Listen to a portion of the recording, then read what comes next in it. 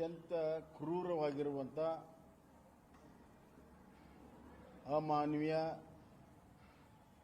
ಘಟನೆ. ಅದು ಪೊಲೀಸ್ ಇಲಾಖೆಯಿಂದ ನಡೆದಿರುವಂಥದ್ದು. ಈ ರಾಜ್ಯದಲ್ಲಿ ಗೃಹ ಇಲಾಖೆ ಸಂಪೂರ್ಣವಾಗಿ ತನ್ನ ಹಿಡಿತವನ್ನು ಪೊಲೀಸ್ ಇಲಾಖೆ ಮೇಲೆ ಕಳ್ಕೊಂಡಿದೆ. ಈ ರಾಜ್ಯದಲ್ಲಿ ಗೃಹ ಇಲಾಖೆ ಹದಗೆಟ್ಟು ಹೋಗಿದೆ ಅನ್ನೋದು ಬಹಳ ಸ್ಪಷ್ಟ ಆಗ್ತದೆ. ಯಾರು ರಕ್ಷಕರಿದ್ದಾರೆ ಅವರೇ ಭಕ್ಷಕರಾಗಿದ್ದಾರೆ. ಬೇಲಿನೇ ಎದ್ದು ಹೊಲ ಮೇಯೋ ರೀತಿಯಲ್ಲಿ ಆಗಿದೆ. ಒಬ್ಬ ಮಹಿಳೆಗೆ ಎಲ್ಲ ರೀತಿಯ ಸುರಕ್ಷತೆಯನ್ನು ಕೊಡುವಂಥ ಕೆಲಸವನ್ನು ಮಾಡೋದು ಬಿಟ್ಟು ವಿವಸ್ತ್ರ ಮಾಡುವಂಥ ಕಾರ್ಯದಲ್ಲಿ ಪಾಲ್ಗೊಂಡಿದ್ದಾರೆ ಅಂದರೆ ಅವರು ಪೊಲೀಸ್ ಇಲಾಖೆಯಲ್ಲಿ ಕೆಲಸ ಮಾಡೋದಕ್ಕೆ ಲಾಯಕ್ ಅಷ್ಟೇ ಅಲ್ಲ, ಈ ಸಮಾಜದಲ್ಲಿ ತಲೆ ಎತ್ತಿ ಓಡಾಡಕ್ಕೆ ಕೂಡ ಲಾಯಕ್ಕಿಲ್ಲ ಅವರು. ಆದರೆ ವಿಚಿತ್ರ ನೋಡಿ, ಘಟನೆ ಬೆಳಕಿಗೆ ಬಂದು 2-3 ತಾಸಲ್ಲಿ ಕಮಿಷನರು ಅದನ್ನು ಮುಚ್ಚಾಕುವ ಪ್ರಯತ್ನ ಮಾಡಿದರು. ಪೊಲೀಸ್ ಇಲಾಖೆ ತಪ್ಪೇ ಇಲ್ಲ, ಆ ಹೆಣ್ಮಗಳದೇ ಎಲ್ಲ ತಪ್ಪನ್ನೋ ರೀತಿಯಲ್ಲಿ ಬಿಂಬಿಸುವಂತ ಪ್ರಯತ್ನ ಮಾಡಿದರು. ಅದಾದ ಮೇಲೆ ಯಾವ ಕಾರ್ಪೊರೇಟರ್ ಕಂಪ್ಲೇಂಟ್ ಮೇಲೆ ಆ ಅರೆಸ್ಟ್ ಮಾಡಿದ್ರು, ಅರೆಸ್ಟ್ ಮಾಡುವಂತ ಪ್ರಕರಣನೇ ಅಲ್ಲ. ಯಾವುದೇ ರೀತಿಯ ಯಾರಿಗೂ ಕೂಡ ತೊಂದರೆ ಆಗದಿರುವಂತ BLO ಕೆಲಸ ಮಾಡ್ತಾ ಇದ್ದಾರೆ. ಏನಾದರೂ ತೊಂದರೆ ಇದ್ರೆ BLO ಕಂಪ್ಲೇಂಟ್ ಕೊಡಬೇಕಾಗಿತ್ತು. ಥರ್ಡ್ ಪಾರ್ಟಿ ಕಂಪ್ಲೇಂಟ್ ಮೇಲೆ ಪ್ರಾಥಮಿಕವಾಗಿ ವಿಚಾರಣೆಯನ್ನು ಮಾಡದೆ ಒಮ್ಮುಕ್ಲೆ ಅರೆಸ್ಟ್ ಮಾಡಕ್ಕೆ ಬಂದಿರುವಂತಹದ್ದೇ ಕಾಂಗ್ರೆಸ್ ಪಕ್ಷದ ಅಣತಿಯಂತೆ ಪೊಲೀಸರು ಕೆಲಸ ಮಾಡ್ತಿರೋದು ಗೊತ್ತಾಗ್ತಾ ಇದೆ. ಕಾನೂನು ಬಾಹಿರವಾಗಿ ಅರೆಸ್ಟ್ ಮಾಡಿದ್ದಾರೆ. ಮಾಡುವಂತ ಸಂದರ್ಭದಲ್ಲಿ ಈ ಕುಖ್ಯಾತಿ ಘಟನೆ ನಡೆದಿದೆ. 3-4 ತಾಸಲ್ಲಿ ಅದನ್ನ ಕ್ಲೋಸ್ ಮಾಡುವಂತಹ ಪ್ರಯತ್ನ ಕಮಿಷನರ್ ಮಾಡಿರೋದು ಅತ್ಯಂತ ದೊಡ್ಡ ಅಪರಾಧ, ಅಕ್ಷಮ್ಯ ಅಪರಾಧ. ಬಹಳ ಬುದ್ಧಿವಂತರಂತ ತಿಳ್ಕೊಂಡಿದ್ದಾನೆ ನಾವು ಕಮಿಷನರ್. ಇಂಥ ಕೆಲಸ ಮುಚ್ಚಾಕುವಂತ ಕೆಲಸ ಎಕ್ಸ್ಪರ್ಟೀಸ್ ಪಡೆದಿದ್ದಾರೆ ಅವರು. ಏನು ಅನ್ಕೊಂಡಿದ್ದಾರೆ? ಒಬ್ಬ ಹಿರಿಯ ಪೊಲೀಸ್ ಅಧಿಕಾರಿಯಾಗಿ ಏನು ಅನ್ಕೊಂಡಿದ್ದಾರೆ? ಏನು ಬೇಕಾದ್ರೂ ಮಾಡಿದ್ರು ನಡೀತಿದೆ ಅನ್ಕೊಂಡಿದ್ದಾರ? ಅವ್ರಿಗೆ ಮೇಲ್ನವ್ರದ್ದು ಎಲ್ಲ ಸಪೋರ್ಟ್ ಇದೆಯಾ? ಮತ್ತೆ ವಿಚಿತ್ರ ಅಂದ್ರೆ, ಈಗ ಅಲ್ಲಿರೋ ಇನ್ಸ್ಪೆಕ್ಟರ್ನ ಇವತ್ತು ವರ್ಗಾವಣೆ ಮಾಡಿದ್ದಾರೆ. ಆದರೆ ಯಾರು ಅದರಲ್ಲಿ ಭಾಗಿಯಾಗಿದ್ದಾರೆ ಆ ಹೆಣ್ಮಕ್ಳು ಕಾನ್ಸ್ಟೇಬಲ್ಗಳು ಇವತ್ತವರೆಗೂ ಏನು ಕ್ರಮ ತೆಗೆದುಕೊಂಡಿಲ್ಲ. ನೇರವಾಗಿ ಭಾಗಿಯಾಗಿರುವಂತಹ ಹೆಣ್ಮಕ್ಳ ಕಾನ್ಸ್ಟೇಬಲ್ ಮೇಲೆ ಕ್ರಮ ತೆಗೆದುಕೊಂಡಿಲ್ಲ. ಅದು ಇನ್ಸ್ಪೆಕ್ಟರ್ ಮೇಲೆ ಕ್ರಮ ತೆಗೆದುಕೊಂಡಿರೋದ್ರ ಅರ್ಥ ಏನು? ಅಂದ್ರೆ ನಡೆದಿರೋ ಘಟನೆ ಸತ್ಯ ಅಂತ ಒಂದು ಕಡೆ ಒಪ್ಕೊಳ್ತಾರೆ, ಅದಕ್ಕೆ ಕ್ರಮ ತೆಗೆದುಕೊಳ್ತಾರೆ. ಇನ್ನೊಂದು ಕಡೆ ಅವರನ್ನ ರಕ್ಷಣೆ ಮಾಡಕ್ ಹೊರಟಿದ್ದಾರೆ. ಯಾರು ಭಕ್ಷಕರಿದ್ದಾರೆ ಅವ್ರು ರಕ್ಷಣೆ ಮಾಡಕ್ ಹೊರಟಿದ್ದಾರೆ ಆ ಕಾನ್ಸ್ಟೇಬಲ್ಗಳನ್ನು. ಏನು ನಡೀತಾ ಇದೆ ಈ ಪೊಲೀಸ್ ಇಲಾಖೆಯಲ್ಲಿ? ದಿವಸಕ್ಕೆ ಒಂದೊಂದು ಪ್ರಕರಣ, ಒಂದೊಂದರಲ್ಲಿ ಸಸ್ಪೆನ್ಷನ್, ಟ್ರಾನ್ಸ್ಫರ್. ಅಂದ್ರೆ ಕಾನೂನು ಸುವ್ಯವಸ್ಥೆ ಹದಗೆಟ್ಟಿರುವಂತಹದ್ದು ಬಹಳ ಸಣ್ಣ ವಿಚಾರ ಅಂತ ಅನಿಸ್ತಾ ಇದೆ. ಪೊಲೀಸ್ ಇಲಾಖೆಯಲ್ಲಿ ಲಂಗು ಲಗಾಮು ಇಲ್ಲದೆ ಕೆಲಸ ಮಾಡುವಂತ ಪರಿಸ್ಥಿತಿ ಇವತ್ತು ಪೊಲೀಸಿಗೆ ಬಂದಿದೆ. ಇಂಥ ದುಸ್ಥಿತಿ ಕರ್ನಾಟಕ ರಾಜ್ಯ ಇತಿಹಾಸದಲ್ಲಿ ಎಂದೂ ಕೂಡ ಬಂದಿರಲಿಲ್ಲ. ಆದ್ರಿಂದ ನಾನು ಕೂಡಲೇ ಆ ಕಮಿಷನರ್ನ ಅಲ್ಲಿಂದ ಎತ್ತಂಗಡಿ ಮಾಡಬೇಕು. ಯಾರ್ಯಾರು ಅದಕ್ಕೆ ನೇರವಾಗಿ ಭಾಗಿಯಿದ್ದಾರೆ ಅವ್ರನ್ನ ಸಸ್ಪೆಂಡ್ ಮಾಡಬೇಕು ಅಂತ ಹೇಳಿ ನಾನು ಆಗ್ರಹವನ್ನು ಮಾಡ್ತೇನೆ. ಎರಡು ಪ್ರಕರಣ, ಬಳ್ಳಾರಿ ಒಂದು, ಹುಬ್ಬಳ್ಳಿ ಎರಡು ಪ್ರಕರಣದಲ್ಲೂ ಸಹ ಅಧಿಕಾರಿಗಳನ್ನ ಈಗ ಬಳ್ಳಾರಿಯಲ್ಲಿ ಅವರಿಂದ ಚಾರ್ಜಗಳು 3 ಗಂಟೆ ಆಗಿರುತ್ತೆ. SP ಅವ್ರನ್ನ ಸಸ್ಪೆಂಡ್ ಮಾಡ್ತಾರೆ. ನೋಡಿ, ಇಲಾಖೆಯಲ್ಲಿ ಈ ತರ ಆಗಿರೋದು ಭ್ರಷ್ಟಾಚಾರಕ್ಕೆ ಸಾಕ್ಷಿ. ಯಾರ್ಯಾರು ದುಡ್ಡು ಕೊಟ್ಟು ಬಂದಿದ್ದಾರೆ ಅವ್ರು ರಕ್ಷಣೆ ಮಾಡ್ತಾರೆ. ಯಾರ್ಯಾರು ಅದಕ್ಕೆ ಭಾಗಿಯಾಗಿಲ್ಲ, ಇಂತಹ ಪ್ರಸಂಗ ಬಂದಾಗ ಅವ್ರ ಮೇಲೆ ಕ್ರಮ ತೆಗೆದುಕೊಳ್ತಾರೆ. ದ್ವಿಮುಖ ನೀತಿ ಇದೆ, ಅದಕ್ಕೆ ಹದಗೆಟ್ಟು ಹೋಗಿದೆ. ಗೃಹ ಇಲಾಖೆ ಆಡಳಿತ ಹದಗೆಟ್ಟು ಹೋಗಿದೆ ಅಂತ ನಾನು ಹೇಳಕ್ಕೆ ಇಚ್ಛೆಪಡ್ತೇನೆ. ಯಾವಾಗ ಯಾರನ್ನ ಸಸ್ಪೆಂಡ್ ಮಾಡ್ತಾರೆ, ಯಾವಾಗ ಮುಚ್ಚಿ ಹಾಕೋ ಪ್ರಯತ್ನ ಮಾಡ್ತಾರೆ, ಕಾಂಗ್ರೆಸ್ ಕಾರ್ಯಕರ್ತರ ಒಂದು ರೀತಿಯಲ್ಲಿ ಕಾಂಗ್ರೆಸ್ ಕಾರ್ಯಕರ್ತರ ಅಡಿಯಾಳ ಅಂತೆ ಪೊಲೀಸರು ಸ್ಟೇಷನ್ದಲ್ಲಿ ಪೊಲೀಸ್ ಸ್ಟೇಷನ್ ಕೆಲಸ ನಡೀತಾರೆ. ನರೇಗಾ ವಿಚಾರದಲ್ಲಿ ನಿನ್ನೆ ಒಂದು ಕಾನೂನು ಆತ್ಮಕ ಹೋರಾಟವನ್ನು ಮಾಡ್ತೀವಿ ಅಂತ ಕ್ಯಾಬಿನೆಟ್ ಅಲ್ಲಿ ತೀರ್ಮಾನ ಮಾಡಿದ್ದಾರೆ. ಜೊತೆಗೆ ಡಿ ಕೆ ಶಿವಕುಮಾರ್ ಹೇಳಿದ್ದಾರೆ ಬಿಜೆಪಿ ಅವರು ಡಿಬೇಟ್ ಮಾಡಲಿ ಇದ್ರ ಬಗ್ಗೆ. ಹೆಂಗಿದ್ರು ಅಸೆಂಬ್ಲಿ ಕರೀತಾರಂತೆ, ಅಲ್ಲಿ ಖಂಡಿತವಾಗಿಯೂ ಡಿಬೇಟ್ ಮಾಡೋಣ. ಡಿಬೇಟ್ ಮಾಡೋಕ್ಕೆ ಏನೂ ಇಲ್ಲ, ಇದರಲ್ಲಿ ಬಹಳ ಸ್ಪಷ್ಟವಾಗಿದೆ. ಮೊದಲನೇದಾಗಿ 100 ದಿವಸದಿಂದ 125 ದಿವಸ ಮಾಡಿದ್ದು ಇದು ಗ್ರಾಮೀಣ ಜನರಿಗೆ ಅನುಕೂಲ ಆಗುತ್ತೆ. ಗ್ರಾಮೀಣ ದಲಿತರು ಮತ್ತು ಯಾರು ಕೆಲಸ ಇಲ್ಲ ಕೂಲಿಕಾರರಿಗೆ ಅನುಕೂಲ ಆಗುತ್ತೋ ಇಲ್ಲೋ. ಎರಡನೇದಾಗಿ ಗ್ರಾಮ ಪಂಚಾಯತಿಯ ಹಕ್ಕನ್ನು ಕಸ್ಕೊಳ್ತೇವೆ ಅಂತಾರೆ. ನಾನು ಅದಕ್ಕೆ ಇಲ್ಲಿ ಆಕ್ಟನ್ನೇ ತಂದಿದ್ದೇನೆ, ನಿಮ್ಮ ಹತ್ರ ವಿವರವಾಗಿ ಹೇಳಬೇಕು ಅಂತ ಮಾಡಿದ್ದೆ, ಹೆಂಗಿದ್ರು ಕೇಳಿದ್ದೀರಿ. ಇದರಲ್ಲಿ ಬಹಳ ಸ್ಪಷ್ಟವಾಗಿದೆ ಈ ಆಕ್ಟಲ್ಲಿ ಗ್ರಾಮ ಪಂಚಾಯಿತಿಗಳ ರೋಲ್ಸ್ ಏನಿದೆ ಅನ್ನೋದು ಬಹಳ ಸ್ಪಷ್ಟವಾಗಿದೆ ಇದರಲ್ಲಿ.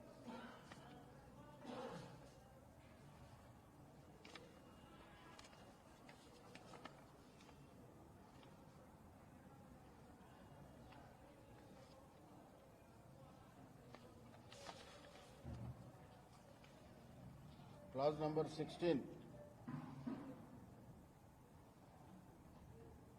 Point number 20 the gram panchayat shall register house holds.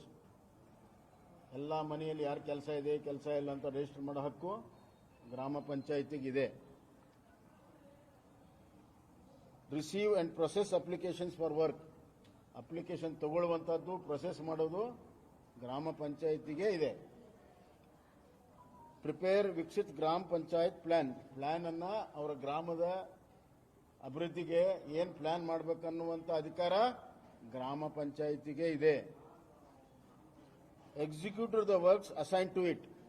ಆ ಪ್ಲಾನ್ ಪ್ರಕಾರ ಎಕ್ಸಿಕ್ಯೂಟ್ ಮಾಡುವಂತ ಅಧಿಕಾರ ಗ್ರಾಮ ಪಂಚಾಯಿತಿಗೆ ಇದೆ. Maintain such records as specified by the state government. ಎಲ್ಲ ರೆಕಾರ್ಡ್ಸ್ ಮೇಂಟೈನ್ ಮಾಡೋದು ಅವ್ರಿಗೆ ಇದೆ. ಪೇಮೆಂಟ್ ಕೊಡುವಂತ ಅಧಿಕಾರ ಅವ್ರಿಗೆ ಇದೆ. ಯಾಕೆ ಕಾಂಗ್ರೆಸ್ನವರು ವಿರೋಧ ಮಾಡ್ತಾ ಇದ್ದಾರೆ? 125 ದಿವಸ ಹೆಚ್ಚಿದೆ, ಗ್ರಾಮ ಪಂಚಾಯತಿಗೆ ಅಧಿಕಾರ ಇದೆ. ಹೊಸ ವಿಕಸಿತ ಭಾರತ ಅಂದ್ರೇನು? ಸಮಗ್ರವಾಗಿ ರಾಮರಾಜ್ಯ ಆಗಬೇಕನ್ನುವಂಥ ದೃಷ್ಟಿಯಿಂದ.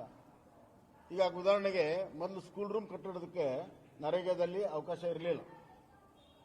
ಬರೀ ಸ್ಕೂಲ್ ಕಾಂಪೌಂಡು, ಅಡುಗೆ ಮನೆ ಇಂಥದ್ದಿತ್ತು. ಈಗ ಸ್ಕೂಲ್ ರೂಮ್ ಅನ್ನ ಕಟ್ಟೋದಕ್ಕೆ ಅವಕಾಶ ಇದೆ. ಕರ್ನಾಟಕದಲ್ಲಿ 30,000 ಸ್ಕೂಲ್ ರೂಮಿನ ಅವಶ್ಯಕತೆ ಇದೆ. ಆ 30,000ರಲ್ಲಿ ಕನಿಷ್ಠ ಅರ್ಧದಷ್ಟಾದರೂ ಕೂಡ ಈ ಯೋಜನೆಯಿಂದ ನಾವು ಕಟ್ಟಬಹುದು ಪ್ರತಿಯೊಂದು ಗ್ರಾಮದಲ್ಲಿ. ಅದರಿಂದನೇ ಇವತ್ತು ಗ್ರಾಮ ವಿಕಾಸ ಮತ್ತು ವಿಕಸಿತ ಭಾರತ ಆಗುವಂತಹದಕ್ಕೆ ನಮ್ಮ ಪ್ರಧಾನಮಂತ್ರಿ ಕಲ್ಪನೆಯನ್ನ ಮಾಡಿ 30 ವರ್ಷದ ಈ ಅನುಭವದಿಂದ ಯಾವ್ದಾವ್ದು ನ್ಯೂನತೆಗಳಿದೆ ಅದನ್ನು ತೆಗೆದುಹಾಕಿ ಯಾವುದು ಅವಶ್ಯಕತೆ ಇದೆ, ಈ ಸಾಕಷ್ಟು ಬದಲಾವಣೆ ಆಗಿದೆ ಗ್ರಾಮಗಳಲ್ಲಿ. ಇವತ್ತಿನ ಅವಶ್ಯಕತೆ ಅನುಗುಣವಾಗಿ ಈ ಯೋಜನೆಯನ್ನ ಮಾಡಿದ್ದಾರೆ. ನಮಗೆಲ್ಲ ಗೊತ್ತಿದೆ, ಸುಳ್ಳು ದಾಖಲೆಗಳನ್ನು ಸೃಷ್ಟಿ ಮಾಡಿ, ಸುಳ್ಳು ಅಟೆಂಡೆನ್ಸ್ ಅನ್ನ ಸೃಷ್ಟಿ ಮಾಡಿ ಬಹಳಷ್ಟು ದುಡ್ಡನ್ನು ಹೊಡಿತಿದ್ರು ಮಧ್ಯವರ್ತಿಗಳು. ಕಾಂಟ್ರಾಕ್ಟರ್ ಮಧ್ಯವರ್ತಿಗಳು ದೊಡ್ಡ ಪ್ರಮಾಣದಲ್ಲಿ ಹಣ ಹೊಡಿತಿದ್ರು ಇದರಲ್ಲಿ. ಅದನ್ನು ತಪ್ಪಿಸೋ ಸಲುವಾಗಿ ಈಗ ಇದನ್ನ ಡಿಜಿಟಲೈಸೇಷನ್ ಮಾಡಿದ್ದಾರೆ. ಆಮೇಲೆ ಐಡೆಂಟಿಫಿಕೇಶನ್ ಮಾಡಿದ್ದಾರೆ, ಆಧಾರ್ ಸೀಡಿಂಗ್ ಮಾಡಿದ್ದಾರೆ. ಒಬ್ಬ ವ್ಯಕ್ತಿ 2-3 ಕಡೆ ಹೆಸರನ್ನು ಬರೆಸೋಕೆ ಸಾಧ್ಯ ಇಲ್ಲ. ಹಿಂದೆ ನಂಗೆ ನೆನಪಿದೆ, ಹಿಂದೆ ಫುಡ್ ಫಾರ್ ವರ್ಕ್ ಕಾರ್ಯಕ್ರಮದಲ್ಲಿ ಹಿಂದಿನ ಮುಖ್ಯಮಂತ್ರಿ ವೀರೇಂದ್ರ ಪಾಟೀಲ್ ಹೆಸರಲ್ಲಿ ಹಣ ತೆಗೆದಿದ್ರು. ಗುಲ್ಬರ್ಗಾದಲ್ಲಿ ವೀರೇಂದ್ರ ಪಾಟೀಲ್ ಹೆಸರಲ್ಲಿ ಹಣ ತೆಗೆದಿದ್ರು ಹಿಂದೆ. ಆ ಹೆಬ್ಬಟ್ಟು ಗುರುತು ಯಾವ್ದು ಮಾಡಿದ್ರು ಅಂದ್ರೆ ಕಾಲಿನ ಹೆಬ್ಬಟ್ಟು ಗುರುತು ಮಾಡಿದ್ರು. ಅಷ್ಟು ತೀವ್ರವಾದಂತ ಭ್ರಷ್ಟಾಚಾರ ಅವತ್ತಿನಿಂದ ನಡ್ಕೊಂಡು ಬಂದಿತ್ತು. ಒಂದು ನಿಮಿಷ. ಗುಲ್ಬರ್ಗಾದಲ್ಲಿ ನಾನೇ ಉಸ್ತುವಾರಿ ಸಚಿವ ಇದ್ದಾಗ ಗುಲ್ಬರ್ಗಾ ಜಿಲ್ಲೆಗೆ ಪ್ರಶಸ್ತಿ ಕೊಟ್ಟಿದ್ರು. ಆಮೇಲೆ ನೋಡಿದ್ರೆ ಅದರೆಲ್ಲ ಬೋಗಸ್ ಇದೆ ಅಂತೇಳಿ ಸಿಬಿಐ ಎಂಕ್ವೈರಿ ಆಯ್ತು. ಕರ್ನಾಟಕದಲ್ಲೇ ಇಂಥ ಹಲವಾರು ಪ್ರಕರಣಗಳಿದ್ದಾವೆ. ಬೆಳಗಾಂನಲ್ಲಿ ಸಿಬಿಐ ಎಂಕ್ವೈರಿ ಆಯ್ತು. ಇವನ್ನೆಲ್ಲವನ್ನು ಸರಿ ಮಾಡೋ ಸಲುವಾಗಿ ಟೆಕ್ನಾಲಜಿಯನ್ನು ಯೂಸ್ ಮಾಡಿ ಪೇಮೆಂಟ್ ಕೊಡುವಂತ ವ್ಯವಸ್ಥೆ ಮಾಡಿದೆ. ಮತ್ತು ಪೇಮೆಂಟು ತಿಂಗಳುಗಟ್ಟಲೆ ಬರ್ತಾ ಇರಲಿಲ್ಲ. ಈಗ ಒಂದು ವಾರದ ಒಳಗಡೆ ಕೊಡಬೇಕು, ಕನಿಷ್ಠ ಅತಿ ಹೆಚ್ಚಂದ್ರೆ 15 ದಿವಸ ಒಳಗಡೆ ಕೊಡಬೇಕು ಅನ್ನುವಂಥದ್ದು ಈ ನಿಯಮ ಇದರಲ್ಲಿದೆ. ಗ್ರಾಮ ಪಂಚಾಯಿತಿಯ ಎಲ್ಲ ಅಧಿಕಾರ, ಇನ್ನೂ ಹೆಚ್ಚಿನ ಅಧಿಕಾರವನ್ನ ಜಿ ರಾಮ್ಜಿ ಆಕ್ಟ್ ಅಲ್ಲಿ ಇವತ್ತು ಇದೆ. ಅದನ್ನು ನಾನು ನಿಮಗೆ ಇವತ್ತು ಓದಿ ಹೇಳಿದ್ದೇನೆ. ಅದೇ ರೀತಿ ಜಿಲ್ಲಾ ಪಂಚಾಯಿತಿಗೂ ಕೂಡ ಹೆಚ್ಚಿನ ಅಧಿಕಾರ ಇದೆ. ತಾಲೂಕು ಪಂಚಾಯಿತಿ ಕೂಡ ಸೂಪರ್ವಿಷನ್ ಮಾಡುವಂತ ಅಧಿಕಾರ ಇದೆ. ಅಧಿಕಾರದ ವಿಕೇಂದ್ರೀಕರಣ 73 ಮತ್ತು 74ನೇ ತಿದ್ದುಪಡಿ ಅನುಗುಣವಾಗಿ ಅದರ ಲೆಟರ್ ಅಂಡ್ ಸ್ಪಿರಿಟ್ 73ರ ಲೆಟರ್ ಅಂಡ್ ಸ್ಪಿರಿಟ್ ಅನ್ನ ಸಂಪೂರ್ಣವಾಗಿ ಅಳವಡಿಸಿಕೊಂಡಿರುವಂತಹ ಯೋಜನೆ ಇದೆ. ಎಲ್ಲಿ ತಮ್ಮ ಕಳತನ ನಿಂತು ಹೋಗುತ್ತೆ ಅನ್ನುವಂತಹ ಭಯದಿಂದ ಕಾಂಗ್ರೆಸ್ನವರು ಇದನ್ನು ವಿರೋಧ ಮಾಡ್ತಾ ಇದ್ದಾರೆ. ಗ್ರಾಮ ಪಂಚಾಯಿತಿಯ ಎಲ್ಲ ಸದಸ್ಯರಿಗೆ, ಎಲ್ಲ ಅಧ್ಯಕ್ಷರಿಗೆ ಮತ್ತು ಎಲ್ಲ ಗ್ರಾಮೀಣ ಜನತೆಗೆ ನಾನು ವಿಶ್ವಾಸ ಕೊಡಕ್ಕೆ ಇಚ್ಛೆ ಪಡ್ತೇನೆ. ದಯವಿಟ್ಟು ಇದನ್ನು ತಾವು ಓದ್ಕೋಬೇಕು. ನಿಮಗೆ ಹೆಚ್ಚಿನ ಅಧಿಕಾರವನ್ನ ಈ ಯೋಜನೆಯಲ್ಲಿ ನರೇಂದ್ರ ಮೋದಿಯವರು, ಶಿವರಾಜ್ ಸಿಂಗ್ ಚೌಹಾಣ್ ಅವರು ಗ್ರಾಮೀಣ ಜನತೆಗೆ ಕೊಟ್ಟಿದ್ದಾರೆ. ಅದು ಯಾವ ಕಾರಣಕ್ಕೂ ಕೂಡ ಅದನ್ನು ತೆಗೆಯಕ್ಕೆ ಸಾಧ್ಯ ಇಲ್ಲ. ರಾಜ್ಯ ಸರ್ಕಾರ ಪದೇ ಪದೇ ಅದನ್ನ ಇಂಟರ್ಫಿಯರ್ ಆಗುವಂತಹ ಅವಕಾಶಗಳಿಲ್ಲ. ಆದ್ರಿಂದ ಜನಪರವಾಗಿರುವಂತಹ ಜನರಿಗೋಸ್ಕರ ಗ್ರಾಮೀಣ ಉದ್ಯೋಗ ಹೆಚ್ಚು ಕೊಡೋ ದೃಷ್ಟಿಯಿಂದ ಮತ್ತು ಆ ಉದ್ಯೋಗದಿಂದ ವಿಕಸಿತ ಭಾರತ ನಿರ್ಮಾಣಕ್ಕೆ ಜೋಡಿಸೋ ದೃಷ್ಟಿಯಿಂದ ಸಕಾರಾತ್ಮಕವಾಗಿ ಜಿ ರಾಮ್ಜಿ ಇದೆ. ಅವ್ರು ಎಲ್ಲಿ ಬೇಕಲ್ಲೂ ಚಾಲೆಂಜ್ ಮಾಡಲಿ, ಕೋರ್ಟಲ್ಲೂ ಚಾಲೆಂಜ್ ಮಾಡಲಿ. ಕೋರ್ಟಲ್ಲಿ ಚಾಲೆಂಜ್ ಮಾಡಿದ್ರೆ ಕಾಂಗ್ರೆಸ್ಸಿನ ನಿಲುವಿನ ಬಣ್ಣ ಹೊರಗಡೆ ಆಗ್ತದೆ.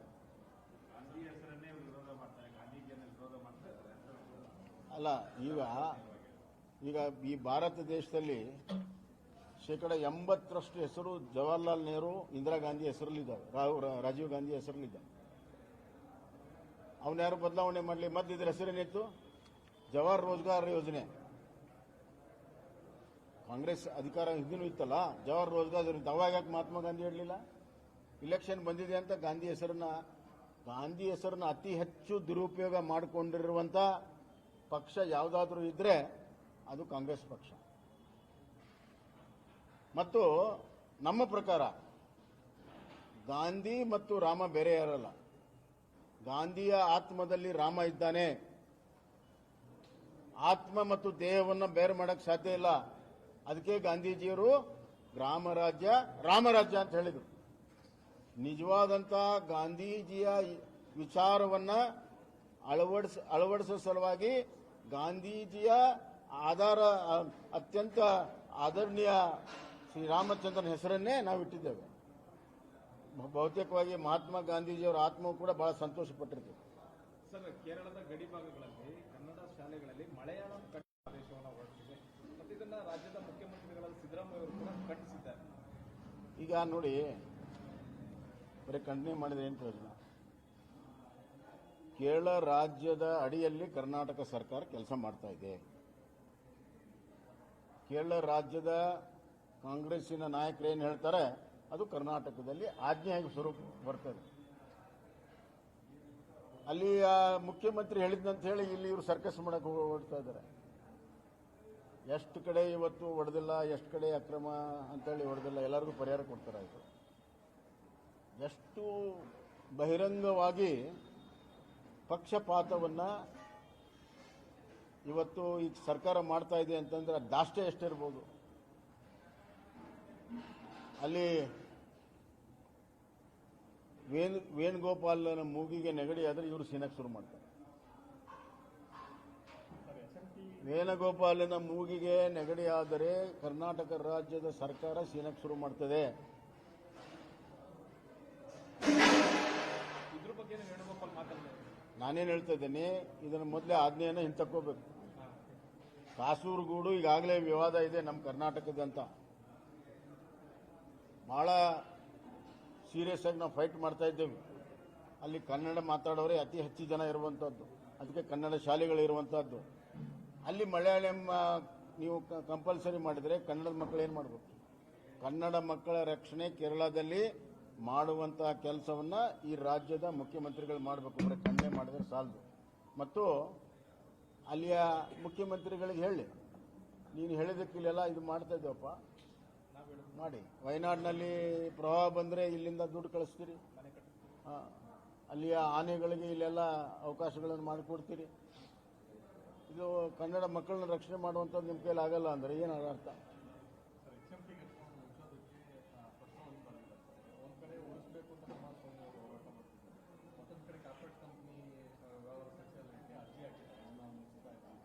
ಅದು ನನಗೆ ಗೊತ್ತಿಲ್ಲ. ಅದು ಆ ಕಾರ್ಪೊರೇಟ್ ಆಂತರಿಕ ವ್ಯವಹಾರಗಳು ಏನಿದೆ ಏನಿಲ್ಲ ನನ್ನ ಹತ್ರ ಮಾಹಿತಿ ಇಲ್ಲ. ಆದರೆ ನನ್ನ ಪ್ರಕಾರ HMTಯನ್ನು ಉಳಿಸಬೇಕು. ಮತ್ತು HMTಯನ್ನು ಈಗ ಟ್ರೆಡಿಷನಲಿ ಏನು ಮಾಡ್ತಾ ಇದ್ದಾರೆ ಅದು ಮಾಡೋಕ್ಕಾಗೋದಿಲ್ಲ. ಅದಕ್ಕೆ ಹೊಸ ತಂತ್ರಜ್ಞಾನವನ್ನು ಬಳಕೆ ಮಾಡಿ ಹೊಸ ಮೆಷಿನ್ ಟೂಲನ್ನು ತಯಾರು ಮಾಡೋದಕ್ಕೆ ಕೇಂದ್ರ ಸರ್ಕಾರ ಮುಂದೆ ಬರಬೇಕು ಅಂತ ನನ್ನ ಒಂದು ಚಿಂತನೆ. ಈಗಾಗಲೇ ಏನು ಗೊತ್ತಾ, ನಮ್ಮ